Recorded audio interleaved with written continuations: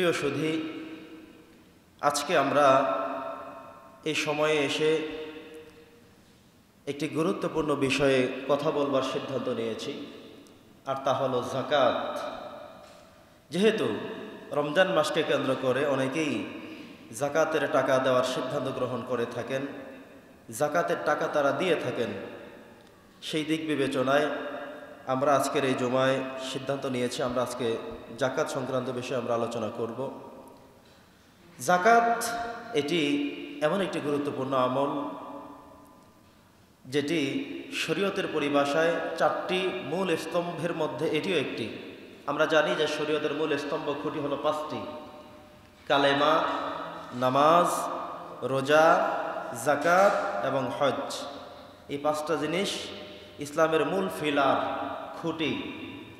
তো বর্তমান সমাজে যাকাত ব্যবস্থার পরিপূর্ণ আইন বাস্তবায়িত না থাকার কারণে ইসলামের যে 5টি খুঁটি, একটি খুঁটি দুর্বল থাকার কারণে আমাদের রাষ্ট্রে যে ইসলামের যে স্বাদ, কোরআনের যে স্বাদ, সেটা আমরা উপভোগ করতে পারছি না।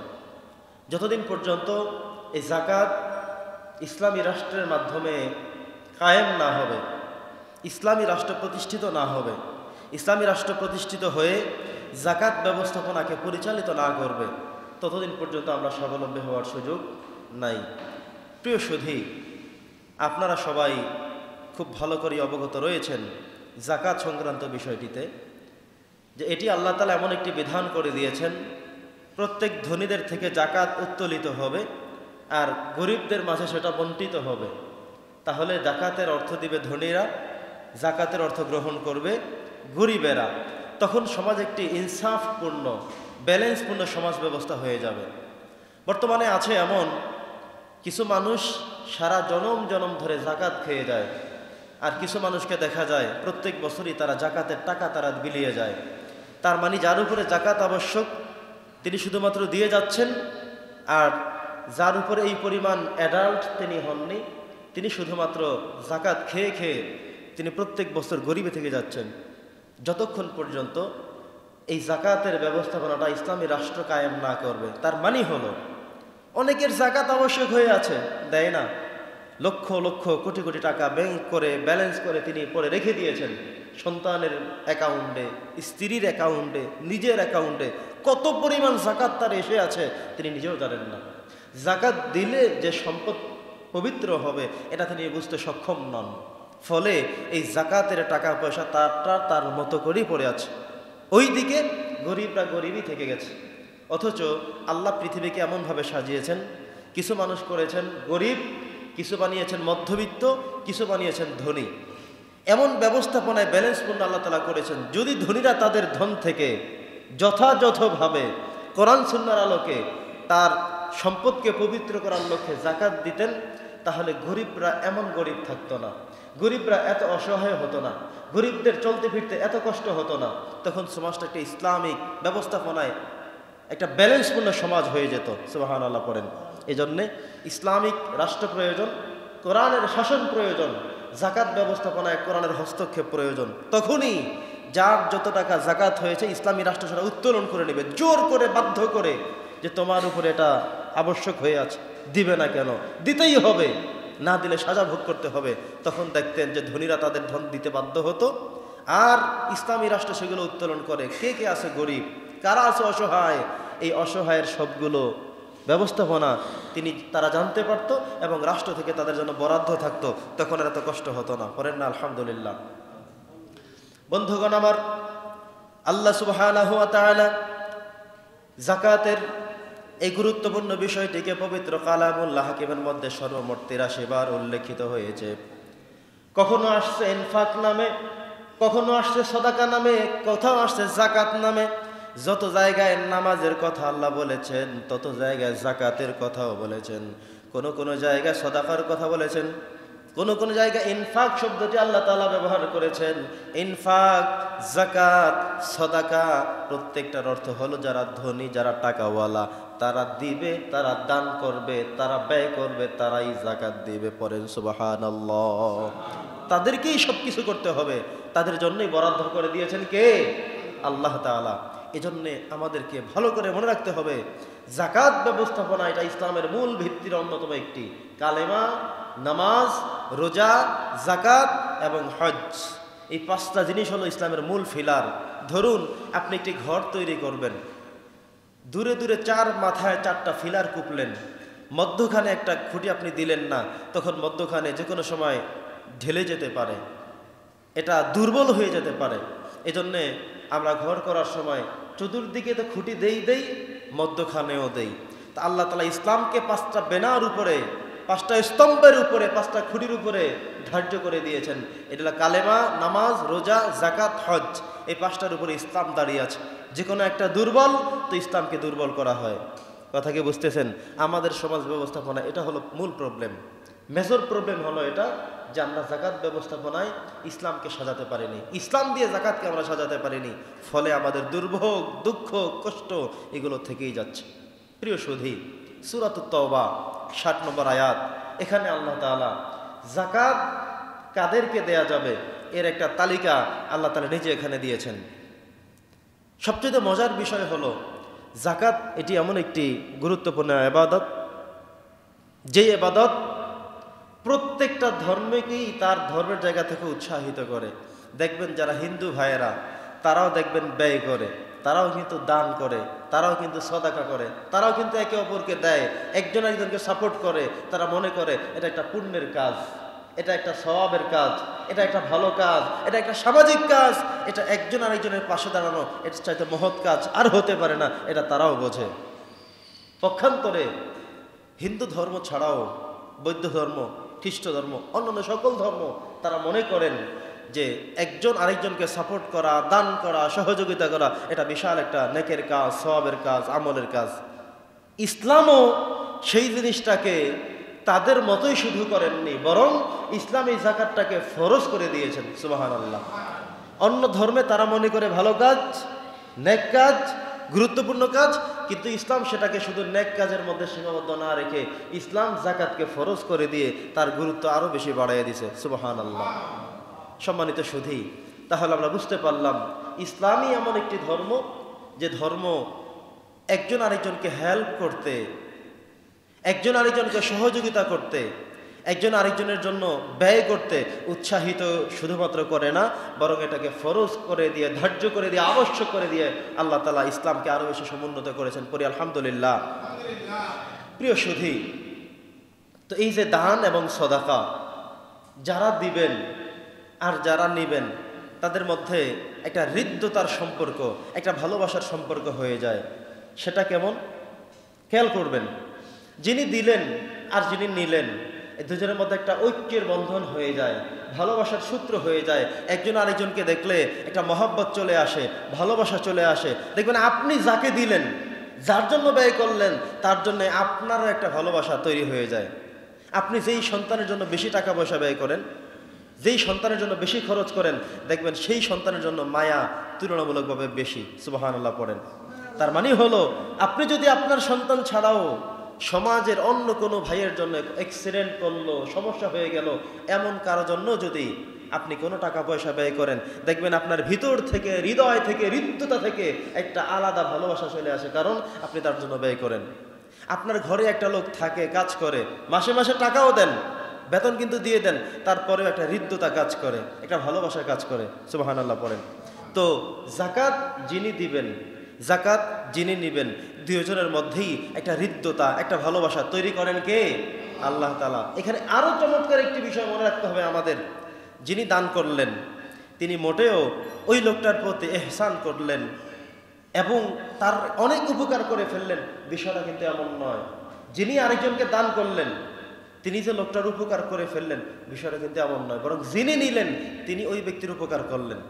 যে হুজুর, কথাটা তো উল্টা হয়ে যায়। আমি বলি, আপনি খেয়াল করেন, বুঝেন। মনে করেন আপনি জাকাত দেওয়ার উপযুক্ত মানুষ, আরেকজন জাকাত খাওয়ার উপযুক্ত মানুষ। আপনি জাকাত দেওয়ার অর্থ হলো আপনি আপনার সম্পদকে পবিত্র করলেন, আপনি আপনার দায়িত্ব থেকে নিজেকে মুক্ত করলেন, আপনি আল্লাহর থেকে আসামির কাঠগড়ায় দাঁড়াতেন, সেখান থেকে আপনি মুক্ত হলেন, এতটুকু আপনার কাজ। কিন্তু যিনি আপনার থেকে জাকাতটা নিলেন, তিনি নিয়ে আপনার সওয়াবের অংশীদার করে দিলেন, আপনি তাকে দেওয়ার মাধ্যমে সওয়াব পেয়ে গেলেন, আপনি তাকে দেওয়ার মাধ্যমে ফরজের আমল করে ফেললেন, আপনি তাকে দেওয়ার মাধ্যমে আপনি মুক্ত হয়ে গেলেন। সুবহানাল্লাহ। ওই লোকটা যদি বলতো যে আমি জাকাত নেব না, আপনি কি করবেন তাহলে? আপনি জানেন আপনার 3.5 লক্ষ টাকা জাকাতের টাকা হয়েছে।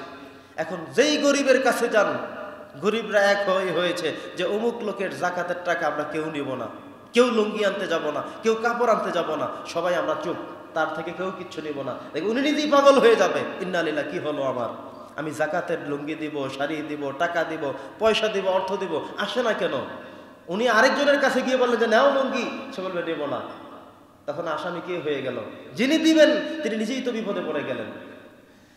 নবী করিম সাল্লাল্লাহু আলাইহি সাল্লামের পরবর্তী সময়ে হযরত ওমর রাদিয়াল্লাহু তাআলা আনহুর সময়ে যাকাত ব্যবস্থাপনা এমন ছিল, অত্যন্ত জটিল ছিল, গুরুত্বপূর্ণ ছিল। তারা মনে করতেন ইসলামের অন্যতম একটি বেনা, অন্যতম একটি রকম হলো যাকাত। এই যাকাত না দেওয়া পর্যন্ত আমার সম্পত্তিগুলো অপবিত্র থেকে যাবে, যতক্ষণ আমি যাকাত দিব তখন আমার সম্পদ পবিত্র হবে। এটা তারা বুঝতো, তারা মানতো। একদিন এক ব্যক্তি যাকাতের অর্থ গুছাতে গুছাতে অনেক সম্পদ হয়ে গেল। তিনি চিন্তা করলেন কোনো গরিব যেহেতু আসেই না, তাহলে আমি রওনা করে যাই, গরিব কোথায় আছে তাদেরকে দেখে দেখে একটু জাকাতের টাকাটা দিয়ে আসি, নাইলে তো আমি দায় মুক্ত হতে পারলাম না, দিতে পারলাম না, বিপদে পড়ে রইলাম। বুঝতেছেন কথা? বিশাল একটা পটলি বাঁধলেন, মাথায় নিলেন, রওনা করলেন। যেই বাড়িতেই যায়, যার কাছেই যায়, তিনি বললেন না আমি যাকাত খাওয়ার উপযুক্ত না, আমাকে দিও না, আরেকজনকে দাও, কারণ আমার যা আছে চলে, আমি যাকাত খাওয়ার উপযুক্ত নই, আমাকে দেওয়া লাগবে না, দেওয়া যাবে না। ফিরে গেলেন, আরেকজনের কাছে গেলেন, তিনিও বললেন না আমিও খেতে পারবো না, আরেকজনের কাছে গেলেন। এভাবে ঘুরতেছেন ঘুরতেছেন, ঘুরতে ঘুরতে দূর থেকে দেখা গেল একটা লোক বিশাল এক পোটলা নিয়ে বসে আছে।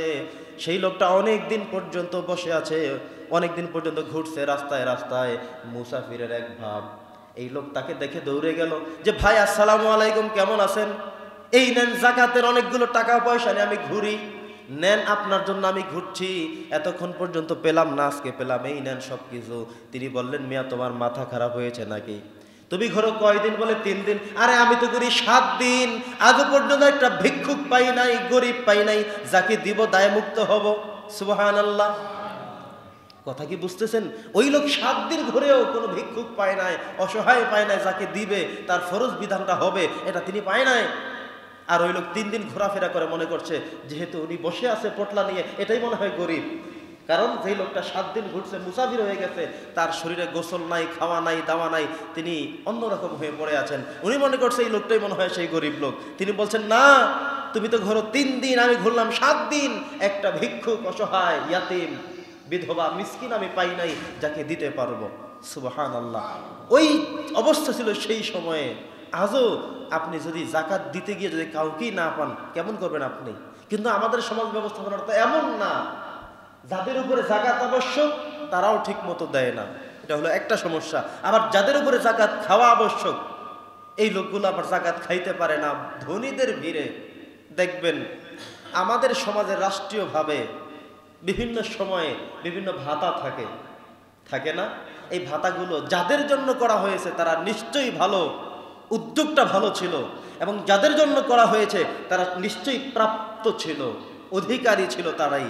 কিন্তু দেখা যায় এই ভাতা খাওয়ার জন্যে একজন ভালো মানুষ তিনিও পঙ্গু ভাতা খায়, একজন ব্যবসায়ী মানুষ তিনিও জেলে ভাতা বাসায় নেয়, একজন চাকরিজীবী মানুষ তিনিও ওই যে বিডিপির চাউল অথবা যেই চাউলগুলো গরিবদের জন্য আসে ওখান থেকে কেমনে নিবে, বস্তায় বস্তায় নেবে, ওই চিন্তায় উনিও ঘোরে।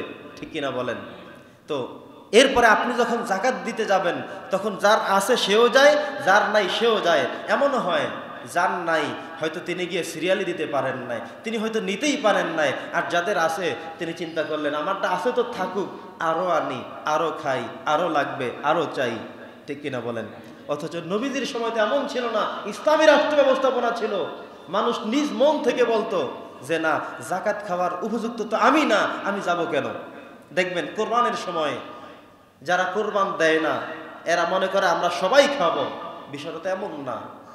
আপনি হয়তো কোনো কারণে কোরবান দিতে পারেননি, আপনি হয়তো কোনো কারণে কোরবান দেননি, কিন্তু তাই বলে তো আপনি ভিক্ষুক না, সায়েল না, চেয়ে খেতে হবে এমন অবস্থায় না। আপনি কেন গিয়ে সেখানে ভিক্ষুকের মতো দাঁড়িয়ে থেকে ভাগ আনেন? আপনার জন্য তো বরাদ্দ ছিল না। যাদের জন্য ছিল তারা হয়তো পায় না, আর যাদের জন্য বরাদ্দ নাই তাদের জন্য হয়তো ওরা আবার নিতেও পারছে না। এমন হচ্ছে না অবস্থাটা? ঠিক কিনা বলেন? তো হযরত ওমর রাদিয়াল্লাহু তাআলা আনহুর সময়ে তারা ইসলামকে এমন কঠিনভাবে পালন করতেন, তারা বাস্তবিক পক্ষেই কোনো মানুষকে টাকা দিবেন পেতেন না। তো আমি এবার আসল কথা চলে আসছি। যিনি দিলেন উনি যদি মনে করেন আমি ইহসান করেছি, উনি যদি মনে করেন আমি দয়া করে দিয়েছি, না, আপনার এই কথা ভুল। আপনি দয়া করেন না, বরং যিনি আপনার থেকে নিয়েছেন তিনি আপনার প্রতি দয়া করেছেন। আপনাকে ওই ওমর রাদিয়াল্লাহুর সময়ের সেই ইতিহাসকে মনে করতে হবে। আপনি দিয়ে দয়া করেছেন এটা বলবেন না, বরং দিয়ে আপনি দায়মুক্ত হয়েছেন, দিয়ে আপনি ফরজ আদায় করলেন। অতএব দিয়ে আপনি চিন্তা করবেন আমাকে সালাম দেও, আমাকে সম্মান জানাক, আমার পিছে পিছে ঘুরুক, আমার বাড়িতে এসে দাঁড়িয়ে থাকুক। এই চিন্তা আপনি যদি করেন তাহলে আপনার এই দানটাও দানের খাতায় গিয়ে পৌঁছাবে না। মনে থাকবে ইনশাআল্লাহ। তাহলে যিনি দিবেন তিনি ফরজ আদায় করলেন, তিনি তার দায়িত্ব মুক্ত হলেন, দায়িত্ব পালন করলেন। যিনি নিলেন তিনি কিন্তু আপনার প্রতি ইহসান করে নিলেন। তারা সবাই যদি ঐক্যবদ্ধ হয়ে বলে যে অমুক স্যারের থেকে, অমুক চেয়ারম্যান থেকে, অমুক মেম্বার থেকে, অমুক ব্যবসায়ী থেকে, অমুক বড়লোক থেকে আমরা কেউ এবার কিচ্ছু আনবো না, এভাবে যদি গরিবরা, ভিক্ষুকরা সবাই মিলে যদি একটা ঐক্য গড়ে তোলে, যা অমুক লোকের থেকে কেউ কিচ্ছু নিব না, কি করবেন আপনি? আপনি তো তারিখ দিয়ে কাপড় চোপড় নিয়ে বসে আছেন, কেউ তো আসলো না, কেমন করবেন আপনি? রাস্তায় নেমে গেলেন, দাঁড়ে দাঁড়িয়ে গিয়ে বলেন এই যে নাও, সে বলবে তোমারটা নেব না, তখন আপনি কি করবেন? তাহলে বোঝা গেল যিনি আপনার থেকে নিবেন তিনি আপনার ইহসান করেছেন, আপনার উপকার তিনি করেছেন। তো এটা আমাদের মনে রাখতে হবে। আমরা কেউ যাকাত দিয়ে যেন মনে না করে আমি অনেক কিছু করে ফেলেছি, এটা মনে করার কোনো সুযোগ নেই। আল্লাহ সুবহানাহু ওয়া তাআলা বলেছেন ওয়াফি আমওয়ালিহিম হাক্কুল লিসাইলি ওয়াল মাহরুম, যারা সাইল, যারা ভিক্ষুক, তাদের হক আপনি তাদেরকে যথাযথভাবে বুঝিয়ে দিয়ে দেন, তাদের প্রাপ্য তাদের কাছে আপনি ধরিয়ে দেন, বুঝিয়ে দেন। এতটুকুর মাধ্যমেই আমাদের সমাজে একটা ইনসাফ ভিত্তিক রাষ্ট্র আমরা গড়তে পারি। প্রিয় সুধী, যাকাত যারা না দেয় তাদের কি পরিণতি হবে খেয়াল করবেন। অনেকের অনেক ব্যালেন্স আছে, অর্থকরী আছে, কিন্তু যাকাত দেয় না। আছে এমন মানুষ, উনি সারা জনম সবাইকে শুধু গরিব গরিব শুনে যান, বলে আমি গরিব, আমি অসহায়, আমি নিঃস্ব, আমার কিছু নেই। অথচ ব্যাংক আছে, ডিপিএসে টাকা আছে, লাগানো টাকা আছে, বিভিন্নভাবে টাকা আছে, অথচ সেই লোক বলে আমার কিছুই নাই। আপনি আপনার সবগুলো টাকা পয়সা আপনি গণেন, দেখেন আপনার কি পরিমাণ আছে।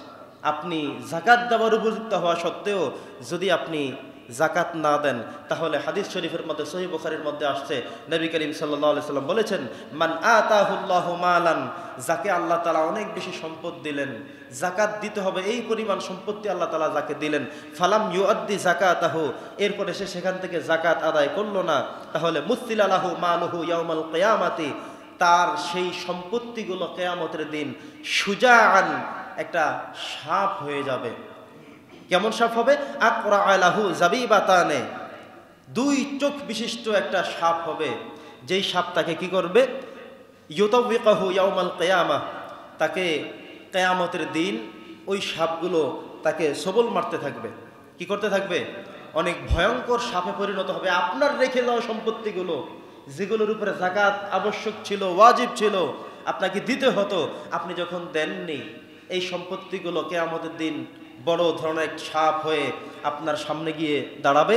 এরপর আপনাকে সবল মারবে, বলে আনা কানজুক আনা মালুক, আমি তোমার সম্পদ, আমি তোমার গুপ্তধন, যে সম্পদ তুমি রেখে এসেছো সেই সম্পদ আমি, যে গুপ্ত গুজব করে তুমি রেখেছো এমন গুপ্তধন আমি, আনা মালুক আনা কানজুক, এভাবে করে করে তাকে সবল মারবে, কামড়াবে, কিন্তু তার তখন কিছুই করার থাকবে না। প্রিয় সুধী, আপনি যার উপরে যাকাত আবশ্যক হলো তিনি কয়টা অপরাধী খেয়াল করবেন। একে তো তিনি যাকাত আবশ্যক হওয়ার পরে এটা গরিবের হক দিয়ে দেওয়া দরকার ছিল। মনে করেন আপনি 1 কোটি টাকার মালিক, 2.5 লক্ষ টাকা গরিবের মালিক ছিল। খেয়াল করবেন, কত কোটি টাকার মালিক? 1 কোটি টাকার মালিক, 2.5 লক্ষ টাকা গরিব পেত, এটা গরিবের হক ছিল। এখন আপনি দেননি, তার মানে 1 কোটি টাকার সাথে আপনি গরিবের 2.5 লক্ষ টাকা রেখে দিয়েছেন।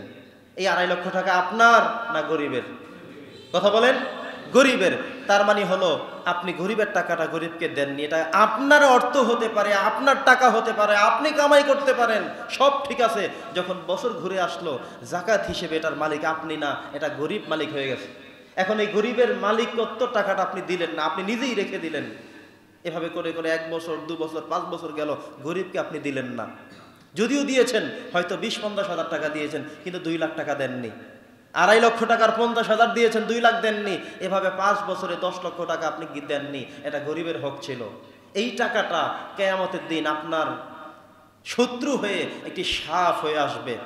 সুজান আকরা আলাহু জাবিবাতান, 2 বড় বড় চোখ বিশিষ্ট একটি সাপ এসে, 2 মুখ বিশিষ্ট একটি সাপ এসে দাঁড়াবে। এরপরে আপনাকে কামড়াবে আর বলবে, আনা মালুক আনা কানজুক, আমি তোমার ওই যে সম্পদ, ওই টাকা পয়সা যেটা গরিবের হক ছিল দেওনি, আজকে আমি সেটা সাপ হয়ে গেলাম। আজকে তোমাকে কামড়াবো, তোমাকে সবল করব, তোমাকে আঘাত করব, কিন্তু সেদিন কিচ্ছু করার থাকবে না। বুঝতেছেন? তো যাদের যাকাত আবশ্যক হয়েছে, যাকাত যাদের উপরে ফরজ হয়ে গিয়েছে, এই পরিমাণ সম্পত্তি আপনি হিসেব করে গরিবকে গরিবের অর্থটা বুঝিয়ে দিবেন, তাহলে আপনি এই বিপদ থেকে মুক্ত হতে পারবেন।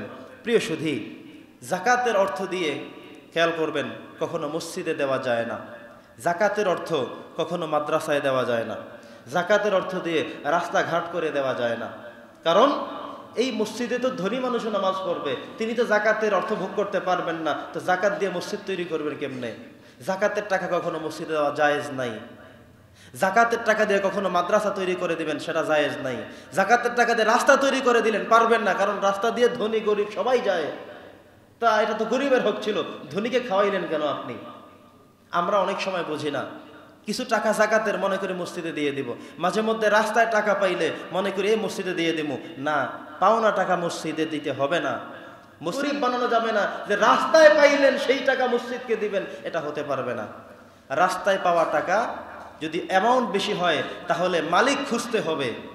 যদি অ্যামাউন্ট অনেক বেশি হয় তাহলে মাইকিং করে বলতে হবে যে ভালো পরিমাণ একটা অ্যামাউন্ট পাওয়া গিয়েছে। যদি কারো হয় সঠিক সন্ধান দিতে পারে, দেওয়া যাবে, কারণ তার টাকা দিয়ে তার জন্য প্রচার করবেন। ধরুন আপনি 5,000 টাকা পেয়েছেন। কত টাকা? 5,000 টাকা। মাইকিং করতে লাগবে 500, অটোর ড্রাইভারকে দিতে হবে 500। আপনি এর আগে মসজিদে ঘোষণা দিলেন, এই মসজিদে ওই মসজিদে বিভিন্ন জায়গায় বিভিন্ন জনকে বললেন, কিন্তু কোনো সারা শব্দ নাই। 2-3 দিন পরে মাইক নামাইয়া দিবেন, আপনার খরচে না, তার খরচ দিয়ে তার জন্য মাইক নামাই দিয়ে যে কিছুদিন আগে এমন একটা অ্যামাউন্ট পাওয়া গিয়েছে, যার হোক তিনি প্রমাণ, যথাযথ প্রমাণ দিয়ে নিয়ে যাবেন। ব্যাস, এরপরে যদি মালিক পাওয়া যায়, এরপরে আপনি বলবেন যে আপনার 5,000 টাকা থেকে 1,000 টাকা মাইকিং করতে খরচ গেছে, বাকি 4,000 টাকা নেন। বুঝতেছেন? আপনার উপকার কি হলো? আপনি সওয়াব পেলেন যে মূল মালিককে তার অর্থ আপনি বুঝিয়ে দিতে পেরেছেন। এটা করার পরে যদি আপনি এখনো মালিক কাউকে আপনি পেলেন না, তাহলে এই টাকাটা দিবেন কোনো গরিবদেরকে, অসহায়কে দিবেন। যেই অসহায় এই টাকাটা নেওয়ার পরে তিনি তার অসহায়ত্ব নিবারণ করতে পারবেন। গরিবকে দিতে হবে, কিন্তু আপনি পাওনা টাকা যে মসজিদের ফ্যান লাগবে দিয়ে দিলাম 4,000 টাকা মসজিদে, না, এই টাকাটা মসজিদের হক না। কথা কি বুঝতেছেন?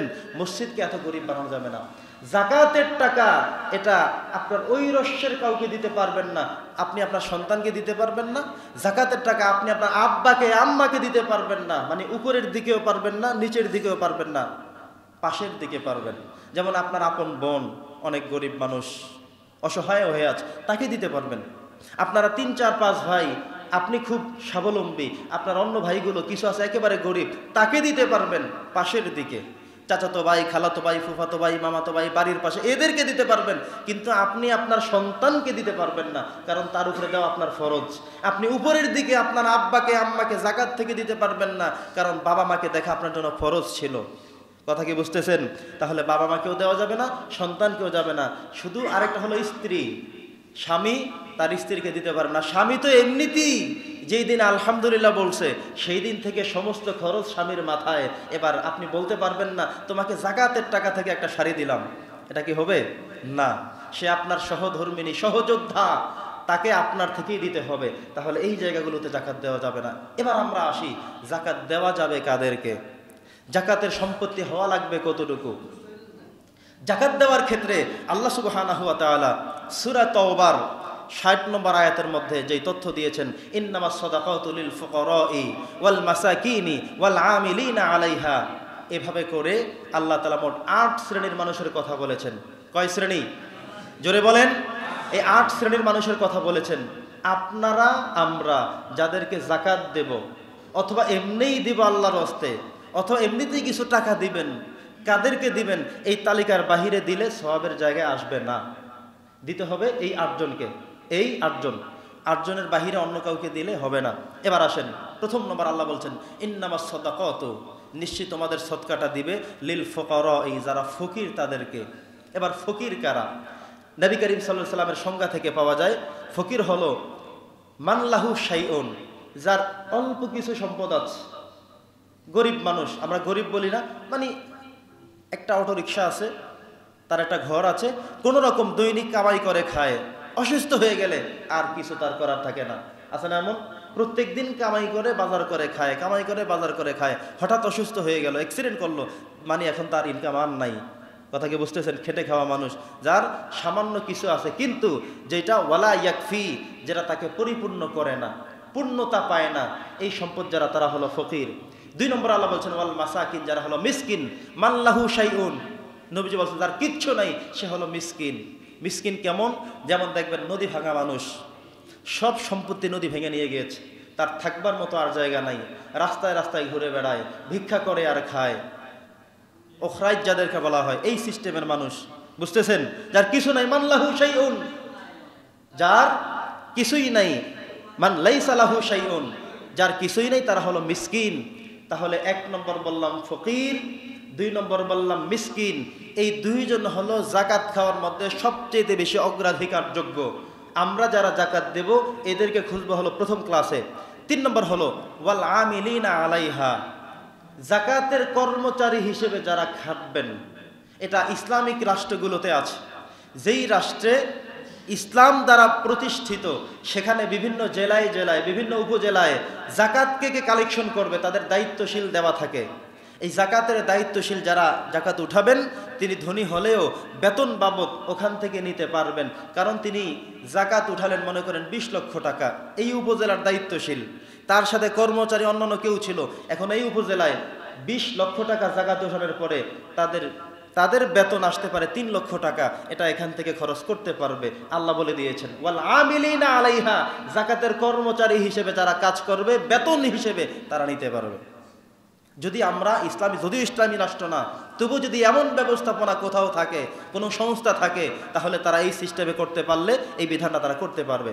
4 নম্বর হলো ওয়াল মুআল্লাফাতু কুলুবুহুম, যারা বিধর্মী, এমন বিধর্মীদেরকেও আপনি দিতে পারবেন। তারা কেমন? যে কোনো হিন্দু ভাইদেরকে দিবেন এমনটা নয়। যদি এমন হয় একজন আপনার কাছে ইসলাম জেনে যায়, গোপনে গোপনে ইসলামের ব্যাপারে জানতে চায়, ইসলাম গ্রহণ করতে উদ্বুদ্ধ, রাজি, কিন্তু কেমন করবে দিশা নাই, মিলাতে পারছে না, ইসলামের ব্যাপারে তার কৌতূহল রয়েছে, ইসলামের ব্যাপারে জানার আগ্রহ আছে, এমন একজন অসহায় বিধর্মীকেও দিতে পারবেন। কেন? যে দেখো ইসলামের কত সৌন্দর্য, তোমার জন্যে আল্লাহ তাআলা একটা খাত বরাদ্দ করে দিয়েছেন। তুমি বিধর্মী মানুষ হতে পারো, কিন্তু ইসলামের দিকে তুমি আকৃষ্ট হওয়ার কারণে, ইসলাম তুমি জানতে চাওয়ার কারণে আল্লাহ তোমার জন্য একটা বরাদ্দ দিয়েছেন, এই নাও তোমার একটা জাকাতের থেকে দিলাম, তুমি ইসলামকে ভালো করে দেখো, বুঝো, ইসলামটা এমনই, ইসলাম এমন সুন্দর রয়েছে, তুমি আসো, আরো ভালো কিছু করা হবে। সুবহানাল্লাহ। কিন্তু আপনি জাকাতের টাকা নিয়ে একদম গড়ে হিন্দুদেরকে দিয়ে আসবেন, এটা হবে না। কথা কি বুঝতেছেন? এটা হলো ইসলামের প্রতি আকৃষ্ট করার জন্যে, ইসলামের প্রতি শ্রদ্ধাশীল বাড়ানোর জন্য এ কাজ করতে পারবেন। 5 নম্বরে হলো অফির রিকাব, মানে হলো দাস মুক্তি। এটাও আমাদের বর্তমানে নেই, কারণ হলো দাস প্রথা বাংলাদেশে নেই। তবে আরেকটা জিনিস আমরা বিকল্প হিসেবে মুফাসসিররা লিখেছেন, দাস মুক্তি হতে পারে এমন, যেমন একজন নিরপরাধ মানুষকে কিংবা আলেমকে বা একজন সামাজিক মানুষকে জেলে ঢুকানো হলো কারণ ছাড়া, অপরাধ ছাড়া, অথবা তাকে ঢুকানো হয়েছে, একটা অপরাধ পাওয়া গেছে, কিন্তু 20,000 টাকা হলে তাকে ছুটিয়ে আনা যাবে, এই টাকাটা তার নাই। 50,000 টাকা হলে তার মামলাটা ডিসমিস করা যায়, কিন্তু এই পরিমাণ অর্থ না থাকার কারণে তিনি জেলের মধ্যে বন্দী হয়ে আছেন। জেল থেকে মুক্তির জন্য এই যে এইটার সিস্টেমে মুফাসসিররা বলেছেন, ওইটার পরিবর্তে এইটা এনে আপনি জেল মুক্তির জন্য জাকাতের টাকা দিয়ে একটা নিরপরাধ মানুষকে, একজন অসহায় মানুষকে পাশে দাঁড়িয়ে তাকে জেল মুক্তি করে দিতে পারেন। সুবহানাল্লাহ। কথা কি বুঝতেছেন? এটা হলো কি ওয়াফির রিকাব, দাস মুক্তির যে বিষয়। এরপরে ওয়াল গরিমিনা ওয়াফি সাবিলিল্লাহ, ওয়াল গরিমিন হলো যারা ঋণগ্রস্ত আছেন। এই বিষয়টা আমি বোরহানগঞ্জ ব্যবসায়ীদের উদ্দেশ্যে একটু বলতে চাই।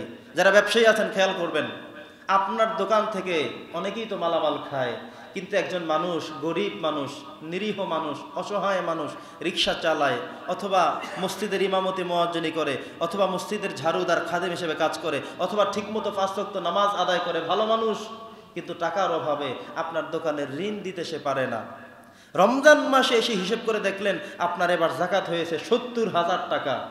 আপনি এবার আপনার খাতাটা চেক দেন, যে দেখি আমার খাতাটা চেক করে। আপনার টাকা আপনি রেখে দিতে পারবেন, শুধুমাত্র এখানে তাকে এনে মুক্তি করে দিবেন। আপনি জাকাত দিতে বাহিরের মানুষ খোঁজেন, কিন্তু আপনার দোকানেই তো একটা খাত আল্লাহ দিয়ে দিয়েছেন। আল্লাহ বলেছেন ওয়াল গরিমিন, ঋণগ্রস্ত যারা।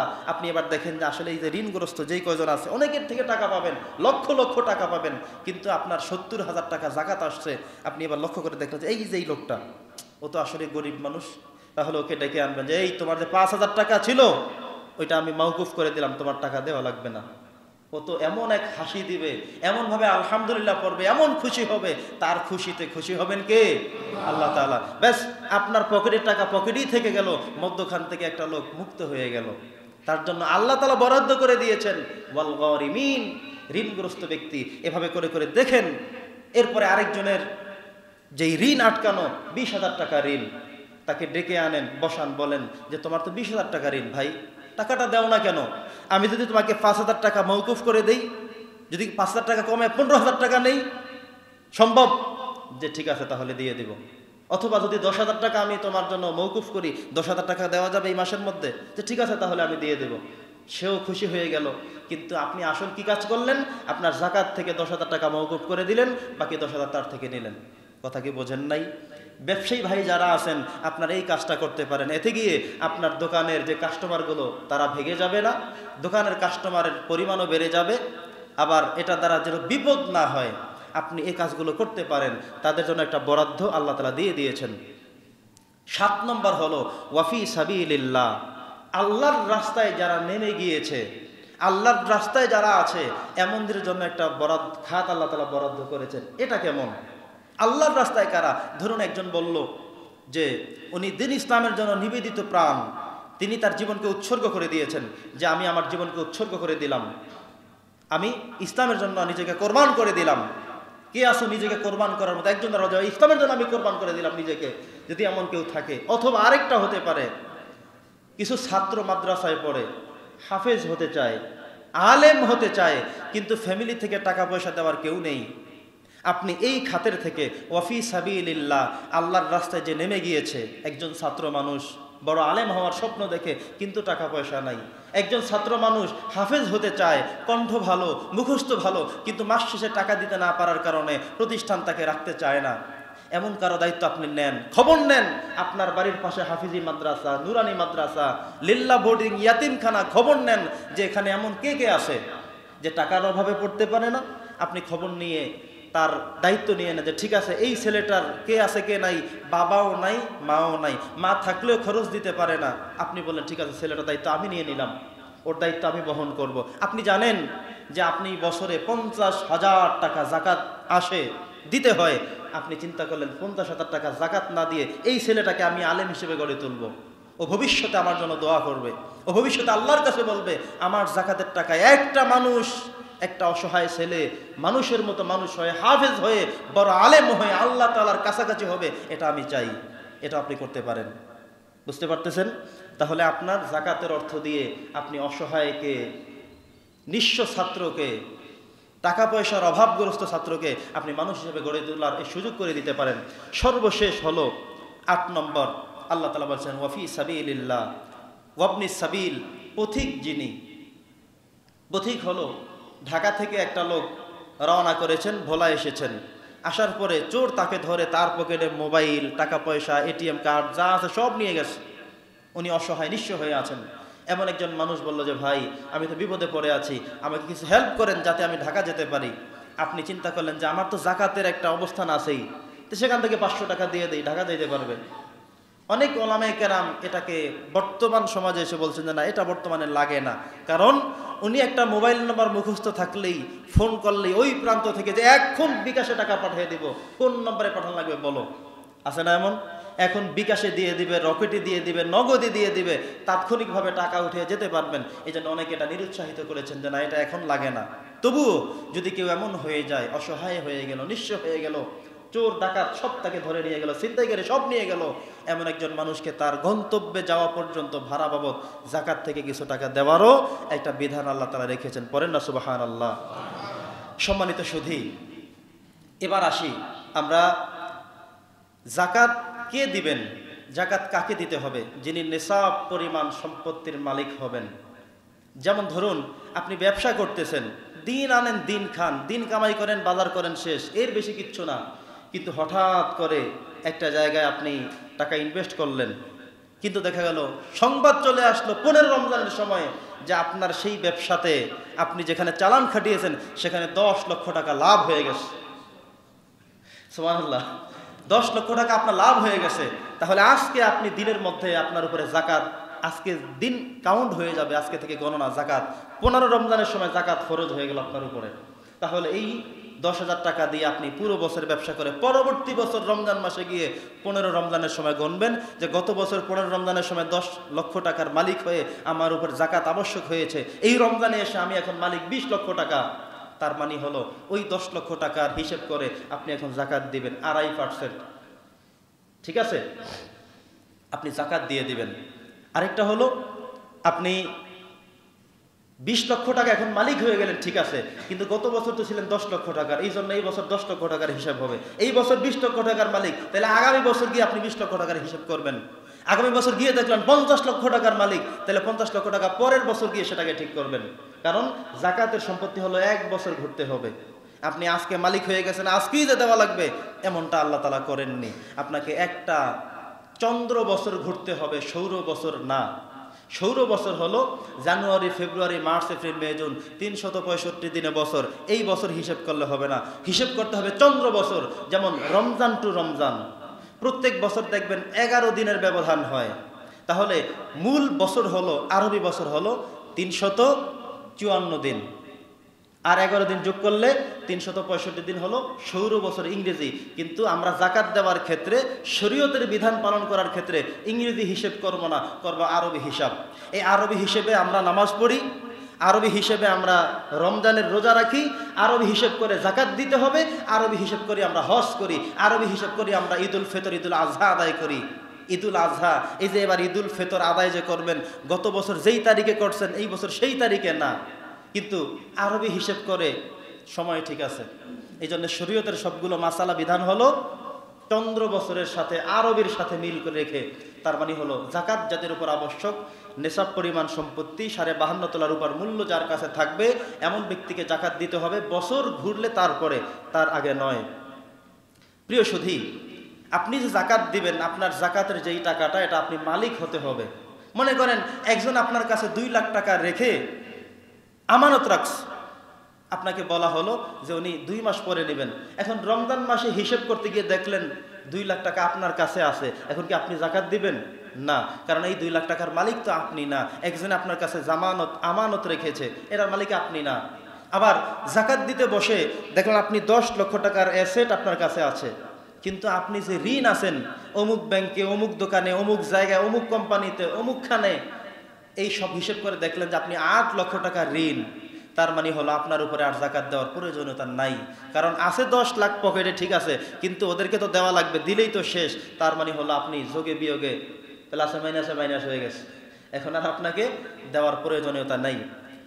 এরপর হলো আল্লাহ সুবহানাহু ওয়া তাআলা সবচেয়ে আমাদের জন্য যে বিষয়টি বরাদ্দ, আল্লাহ তাআলা কারো উপর কোনো কিছুই চাপাইয়া দেন না, বোঝা করেন না, মাথায় কষ্টকর এমন কোনো কিছুই করেন না।